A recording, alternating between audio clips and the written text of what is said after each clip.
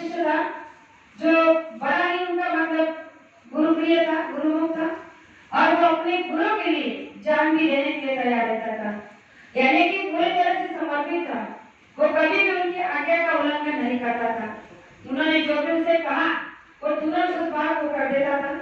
लेकिन वो जमाना था वो दिए सलाई का जमाना था, यानी कि उस समय इस तरह की लाइट बिजली नहीं थी। तो उस समय लोग अपने घरों में चूल्हों में आग को दबा कर रखते थे, और जब भी आग की जरूरत पड़ती थी जलाने के लिए तो उसी दबाए आग से चिंगारी को झटकाकर फिर आग जला देते थे। तो वो जो उनका मुरीद था, वो शिष्य था, जब वो अपने घर से निकलकर आश्रम की ओर उनसे मिलने रोज सत्संग में जाता था तो उसका रास्ता बाजार से होकर जाता था। अब बाजार से जब होकर जाता था तो उस बाजार से रास्ते में एक वेश्या का कोठा पड़ता था। अब वो उस वेश्या को पता था कि ये किसी पहुंचे फकीर का औलिया का शिष्य है, और इसीलिए ये मेरे तरफ कभी नहीं देखता। तो वो जब भी उधर से गुजरता था तो वो उससे बड़ी छेड़ती थी, उसका बहुत मतलब उसके साथ बदतमीजी करती थी। लेकिन ये जैसे उसके घर से गुजरता था तो अपने गुरु को याद करता था, अपने फकीर को औलिया को याद करता था, और वहां से नीचे मुड़ी करके चला जाता था। और ये सिलसिला बहुत दिनों तक चलता रहा। एक दिन ऐसा हुआ कि आश्रम में जब वो पहुंचा तो उनके फकीर साहब ने कहा कि अरे देखो, आज हमारे इसमें आश्रम में जो है आग बुझ गई है और आग कहीं मिल ही नहीं रही है, जाकर गांव में से किसी के घर से आग लेकर आओ। अब आदेश गुरु का था, वो जैसे ही उस वहां से निकला, हर गांव में हर घर में गया, बहनों से माताओं से पूछा कि किसी के घर में आग है, तो सबने बताया कि मेरे घर में नहीं, मेरे घर में नहीं, यानी कि उस दिन उसकी परीक्षा का समय था और किसी के घर में भी उसे आग नहीं मिली। अब जैसे वो बाजार से गुजर रहा था तो उसने देखा कि वही वेश्या अपने घर के छत पर बैठकर हुक्का पी रही थी।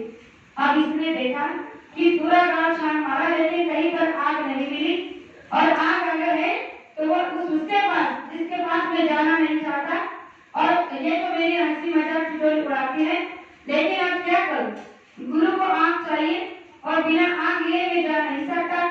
तो उसने अपने मन को बड़ा धैर्य पक्का किया और उसके मकान की सीढ़ियां चढ़ने लगा।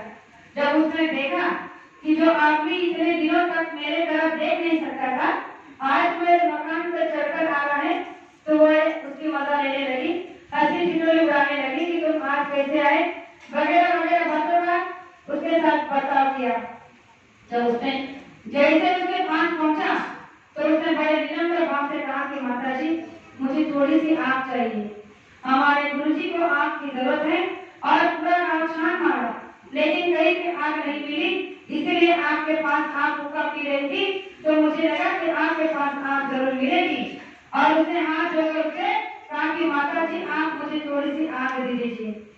अब जब उसने देखा तो उसे थोड़ी उसकी मदद पूछी। उसने कहा कि अच्छा, अगर तुम्हें आग चाहिए तो तुम्हें मेरा एक काम करना होगा। उसने कहा कि कहूँ? कहने लगी कि आग तो मैं दूंगी, लेकिन तुम्हारी एक आंख निकाल कर दो। अब उसे क्या पता था कि ये सच्चा मुरीद है जो अपने गुरु के लिए, अपने औलिया के लिए जान कर दे सकता है। आंख उसके लिए क्या बड़ी बात थी, लेकिन इसको लगा कि ये वो कर नहीं सकता और मैं इसे आंख नहीं दूंगी, और इसीलिए उसने कहा कि पहले अपनी एक आंख निकाल कर दो, तब मैं तुम्हें आंख दूंगी। अब जैसे उसने कहा, इसने एक पल का विलंब नहीं किया, अपनी आंख में उंगली डालकर अपनी आंख को निकालकर उसके हाथ में रख दिया। अब जब उसने ये दृश्य को देखा तो वो हक्का बक्का रह गई, रोने लग गई कि अरे तूने ये क्या किया, मैंने तो तुमसे मजाक किया, मुझे क्या पता कि तुम मजाक की बात को भी इतना सीरियस ले लोगे। तो उसने कहा कि अरे तुमने अगर मेरे गुरु के लिए मेरी जान भी मांगी होती तो भी मैं आपके सामने हाजिर रख देता, काट कर अपना कलेजा तुम्हारे हाथ में दे देता, फिर भी तुमने आंख मांगी है, मुझे कोई दुख नहीं, आप मुझे जल्दी से वो आग दे दीजिए। उसने अपने रुमाल से अपने आंख पर पट्टी बांधी और आंख का कटोरा लिए जब आश्रम में पहुंचा तो फकीर जी अपने आसन पर बैठे थे और वो तो अंतर्यामी थे, सब जानते थे। जैसे उसने आंख पर पट्टी बंधी देखी तो उसे पास में आकर पूछा कि आप लेकर आए? उसने कहा कि हाँ हुजूर लेकर आया। तो पूछने लगे कि अरे इधर से गए तो अच्छे भले थे, ये आंख पर पट्टी क्यों? तो उसने कहा कि हुजूर मेरी आंख आई है और इसीलिए मैंने पट्टी को बांध दिया है। कहते हैं कि अगर आंख आई हुई खुली रखे तो दूसरों को तकलीफ हो जाती है और इसीलिए मैंने उस आंख पर पट्टी बांध दी है। यानी उसने अपने गुरु से सच को छुपाया, लेकिन सच उनसे क्या छुपना जिसे सारी कायनात का पता होता है। तब उन्होंने कहा कि अरे तो उसमें क्या हुआ, जब तुम्हारी आंख आई है तो क्या हो सकता है, चलो खोलो पट्टी।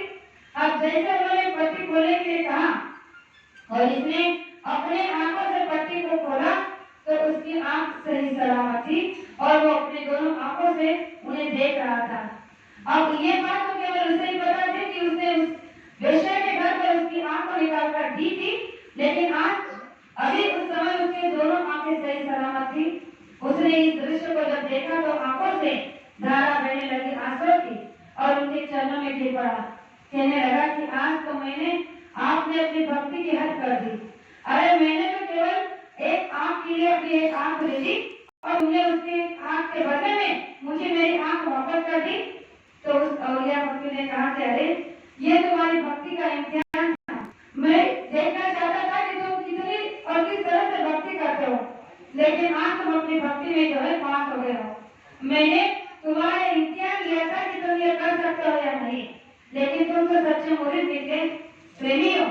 और उन्होंने उन्हें गले से लगाकर सीने से लगाकर कहा कि अगर ऐसी गुरु भक्ति हर किसी के दिल में जज्बात हो जाए तो ये गुरु भक्ति कहने की बात नहीं, एक अनुभव करने की बात हो जाए।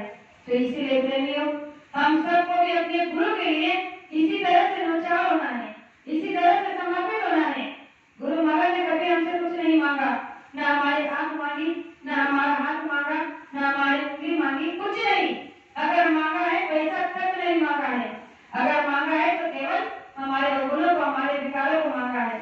क्यों मांगा है? क्योंकि वो जानते हैं कि इस कलयुग में रहते हुए अगर इन विकारों के साथ, इन अवगुणों के साथ आप रहोगे तो आप कभी भक्ति नहीं कर पाओगे, क्योंकि भक्ति के रास्ते में ये सारे अवगुणों का जो भंडार हमारे अंदर है ये अड़ंगे पैदा करता है। इसलिए बाबा जयरुद्र जी महाराज ने कहा कि हम सभी प्रेमियों को गुरु के प्रति सच्चा विश्वास और दृढ़ भक्ति बनाए रखनी चाहिए। इस 9 दिन के साधना शिविर में आप सब प्रेमी ने अपने दरबार संसार को छोड़कर ये जो समय यहाँ पर दिया है ये कोई छोटी मोटी आम बात नहीं है।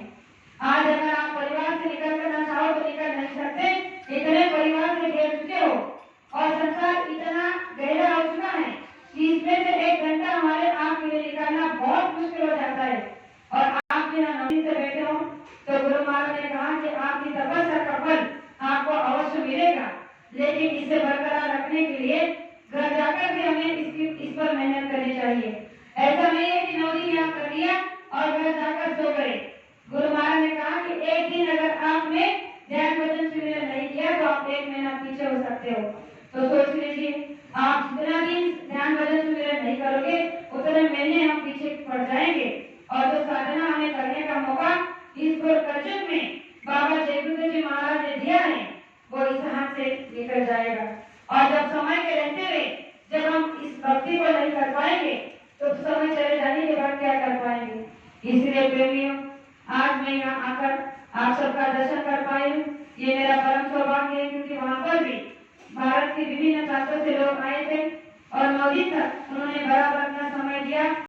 आप सोचो कि पूरे भारत के दूर दूर से लोग वहाँ पर आए थे, एमपी, यूपी, बिहार, राजस्थान, गुजरात, आदिवासी क्षेत्र, नंदुरबार और झारखंड, बहुत सारे प्रेमी, उत्तराखंड, पता नहीं कहाँ से प्रेमी वहाँ पर आए थे और उन सभी ने अपने घरों से कम 4-4, 5-5 दिन के लिए समय निकाला था और ध्यान भजन शिविर में वहाँ समय दिया था। तो आप सोचो कि ये संसार इतना मीठा है गुड़ की तरह कि इसे जिस तरह से गुड़ के पास मक्खियाँ चिपक जाती हैं वैसे हम संसार से चिपक गए हैं। लेकिन फिर भी गुरु महाराज ने इन 9 दिन के बहाने से ही सही हमें वहाँ से खींचकर यहाँ लाकर बिठा दिया है। तो ये हमारे आपके लिए बड़े परम सौभाग्य की बात है। इसलिए प्रेमियों, ज्यादा कुछ न कहते हुए मैं आप सभी से इतना ही कहना चाहूंगी कि बाबा जयरुद्र जी महाराज आज इस संसार में हमारे आपके लिए ऐसे गुरु हैं जिनके अनन्य उपकार हमारे ऊपर है। उसने तो केवल एक आंख निकाल कर देती है। अगर समय मौका मिले और हम अगर हमारे शरीर का तो भी समझ लेना कि हमारे लिए ये हमारी गुरु भक्ति बहुत ही सस्ती है। इतना हमारा बेस्ट कीमती नाम का दान गुरु महाराज ने हम आप लोगों को दिया है, तो हमें इन बातों पर सोच विचार करना चाहिए। रही बात शाखा की, तो उस पर आप में सभी से यही कहना चाहूंगी कि साधना के साथ साथ हमें शाखा का प्रचार भी करना है, चाहे भी वो प्रचार 1 दिन का हो, 2 दिन का हो या 10 दिन का हो।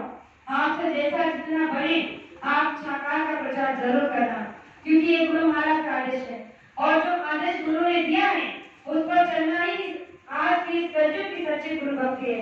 तो इसका एक छोटा सा 2 मिनट का प्रमाण मैं आपको बताना चाहती हूँ कि शाखा का प्रचार